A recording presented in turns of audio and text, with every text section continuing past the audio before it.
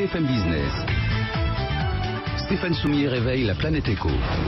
Good Morning Business. Pavel Chinsky, qui est avec nous, historien, écrivain. Vous êtes aussi le patron de la chambre de commerce franco-russe, Pavel Chinsky. Mais je m'en excuse, à chaque fois que je vous reçois, on ne parle pas du commerce franco-russe parce que finalement, je m'intéresse beaucoup plus aux perspectives historiques que vous dressez pour nous. La dernière fois que vous étiez venu nous voir, c'était au cœur de la crise ukrainienne. Et je vous avais posé la question, mais que veut la Russie? C'est la crise fondamentale. Vous voyez la Russie comme ça avancer en Ukraine, mais jusqu'où vous voulez aller? Vous m'aviez répondu en substance, faire comprendre au monde occidental qu'il n'a peut-être pas forcément gagné la guerre froide.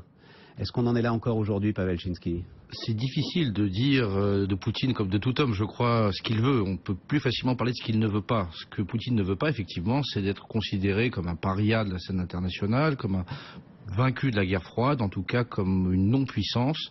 Ce qu'il veut, par contraste, effectivement, c'est qu'on compte sur la Russie et qu'on comprenne qu'il y ait des zones d'influence russes comme il y a des zones d'influence françaises, américaines ou autres, que le Proche-Orient n'est pas un magasin de porcelaine où tout éléphant peut venir se balader dans des humeurs plus ou moins noires, fracasser les choses et repartir en sifflotant.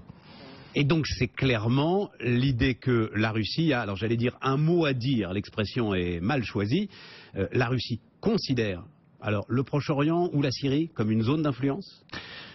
En tout cas historiquement elle l'a été. Mais c'est ça. Et la clé aujourd'hui du conflit syrien se trouve bien au Kremlin. En tout cas, c'est ce que les allées et venues de John Kerry, l'initiative de François Hollande, tout ce que aujourd'hui on voit autour de cette tentative de mettre en place une coalition nous porte à concevoir.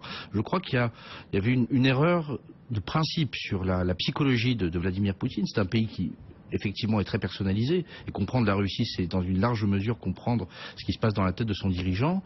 Vladimir Poutine est un tchéquiste, un officier des services secrets dont le métier est de conserver un ordre. Que cet ordre soit juste ou injuste, c'est une autre discussion. Mais c'est quelqu'un qui n'est pas un militaire, ce n'est pas quelqu'un qui est un révolutionnaire, ce n'est pas quelqu'un qui raisonne en termes d'annexion, d'expansion.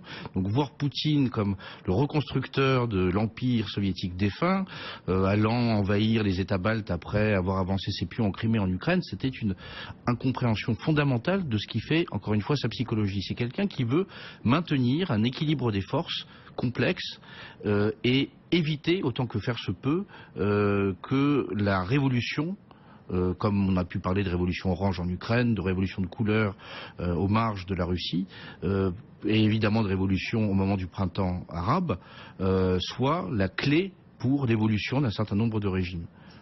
C'est un réformiste et non pas un révolutionnaire. Mais on n'est pas du tout, parce que j'ai vu revenir, alors pour le coup, ce qu'on apprenait à l'école il y a 30 ans, le mythe de l'accès aux mers chaudes, qui a toujours été dans la tête de l'ensemble des tsars de Russie. Non, c'est plus le sujet aujourd'hui, Pavel Chinsky. C'est plus le sujet du 21e siècle. Je ne crois pas qu'on revienne encore aujourd'hui au Bosphore et aux Dardanelles. Voilà, c'est ça. Et s'il y a un personnage historique auquel comparer Poutine, c'est certainement pas Staline, c'est plutôt quelqu'un comme Nicolas Ier, qui justement, après les grands cataclysmes qui ont marqué le règne de son prédécesseur, notamment la campagne de Russie et la guerre avec Napoléon, est quelqu'un qui a tenté de garantir et de figer un ordre qui est devenu ce qu'il est devenu. Vous êtes très exigeant avec notre connaissance de l'histoire russe. Nicolas Ier, ça nous met à peu près en quelle Nicolas période? Ier, c'est la première moitié, c'est la moitié, le milieu du 19e siècle. C'est les années 1830-1840. Et là, c'est une structuration véritablement de la Russie, absolument, dans ce qu'elle peut avoir encore aujourd'hui de frontières permanentes. C'est l'un des règnes les plus longs du 19e siècle. C'est un règne, effectivement, qui est un règne qui n'est pas marqué comme le règne d'Alexandre Ier ni par des réformes qui seront plutôt le lot du successeur d'Alexandre II, ni par des grandes révolutions intra-européennes. Et aujourd'hui, c'est beaucoup plus ça la référence qu'une éventuelle reconstitution de l'URSS, par exemple. Mais jamais. Enfin, c'est une aberration.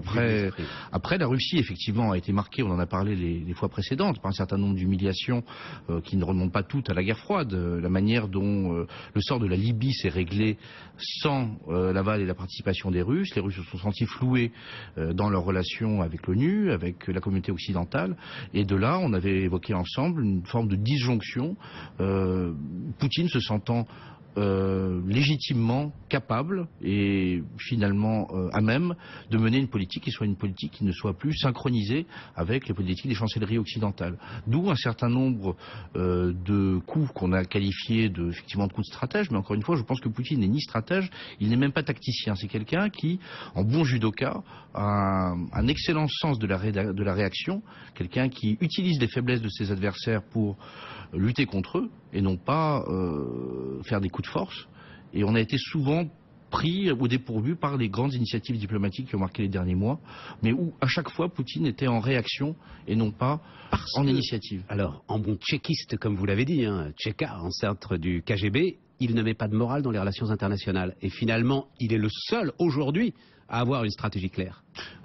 C'est une réelle politique qu'il assume. Je crois qu'après les événements du 13 novembre, aucun Français ne peut légitimement reprocher sa fameuse phrase de l'époque d'aller buter les terroristes dans les chiottes, effectivement les terroristes au moment des attentats. La Russie a été frappée très durement par l'explosion de l'avion au-dessus du Sinaï, de l'avion de tourisme russe. En termes de vie humaine, on est effectivement dans des proportions tout à fait comparables à ce qu'on a vécu à Paris. Encore une fois, il n'est pas question de comparer des actes terroristes entre eux, mais de dire que aujourd'hui nous avons toutes les raisons d'effacer un certain nombre de malentendus, notamment économiques, puisque mon propos doit avant tout être économique, comme vous le soulignez, et de faire en sorte que la Russie et la France, dont le dialogue n'a jamais cessé d'être entretenu, de manière plus ou moins audible, mais je peux témoigner du fait que pendant tous ces mois, les contacts ont demeuré, les sanctions évidemment ont rendu la situation plus compliquée, mais aujourd'hui tout est là et c'est ce que nous, hommes d'affaires, entrepreneurs français en Russie, appelons de nos vœux, c'est que sinon toutes les sanctions, parce que c'est une prérogative européenne, au moins une partie des sanctions, notamment la partie financière, soit levée lors des négociations qui vont avoir lieu bientôt à Bruxelles, puisque les sanctions, comme vous le savez, ne sont pas prolongées automatiquement, mais il faut un vote, il faut un consensus pour qu'une nouvelle vague de sanctions frappe la Russie. Qu'est-ce que vous appelez sanctions financières, Pavel ? Les sanctions financières, c'est de l'incapacité des banques russes à se financer à long terme auprès de créditeurs occidentaux, internationaux. Ce qui a provoqué en premier lieu le dévissage de la monnaie. Le rouble, effectivement, s'est dévalué de plus de 25% de sa valeur. Mais on n'a pas l'impression que Poutine mette ça dans la balance là en ce moment. C'est-à-dire que je vous avoue qu'on en parle assez peu. Alors qu'il a un levier de négociation important, mais ça veut dire que pour lui, c'est pas forcément un souci. Ça l'est pour vous, entrepreneur, ça l'est pour vous, homme d'affaires. On n'a pas l'impression que lui, il soit... On ne parle plus tellement de l'Ukraine non plus. Ouais, l'actualité met des coups de projecteur sur... D'accord, simplement, il pourrait aujourd'hui dire, écoutez, on repart sur une coordination des marines, par exemple, entre la France et la Russie, comme on n'en a peut-être pas vu depuis 1914. En échange, levez-moi ces quelques sanctions anecdotiques qui restent, maintenant que vous savez que je n'ai pas l'intention d'envahir l'Ukraine. Ce que vous dites confirme d'une certaine manière mon propos. Poutine ne tend plus la main. Et il ne demande plus. Il n'est plus en position de réclamer quoi que ce soit. Il y a une politique qui est menée. Je crois qu'aujourd'hui, l'ennemi commun, c'est Daesh. Ce n'est pas quoi que ce soit d'autre. Ce n'est pas effectivement le régime de Bachar el-Assad, qui est un instrument et non pas une fin en soi. Aujourd'hui, la plupart des diplomaties occidentales s'accordent là-dessus. Même un certain nombre de ministres des Affaires étrangères... Ils ont du mal. Le nôtre, il a du mal. Voilà.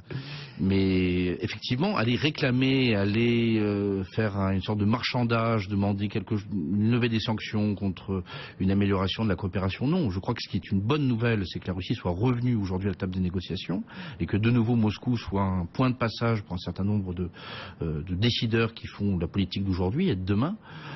Après, je persiste à dire que les sanctions n'ont fait qu'aggraver en rendant le dialogue finalement beaucoup plus compliqué, en créant de part et d'autre un certain nombre d'incompréhensions, de mauvaise humeur. Mais sur le fond, je ne crois pas que nos politiques ont dévié. Et la meilleure explication, en tout cas le meilleur témoignage, c'est le respect des accords de Minsk et c'est le fait qu'aujourd'hui la situation sur le terrain en Ukraine se passe tout à fait calmement et j'espère qu'il en sera ainsi et que ces sanctions, une fois encore, pourront être levées le plus rapidement possible.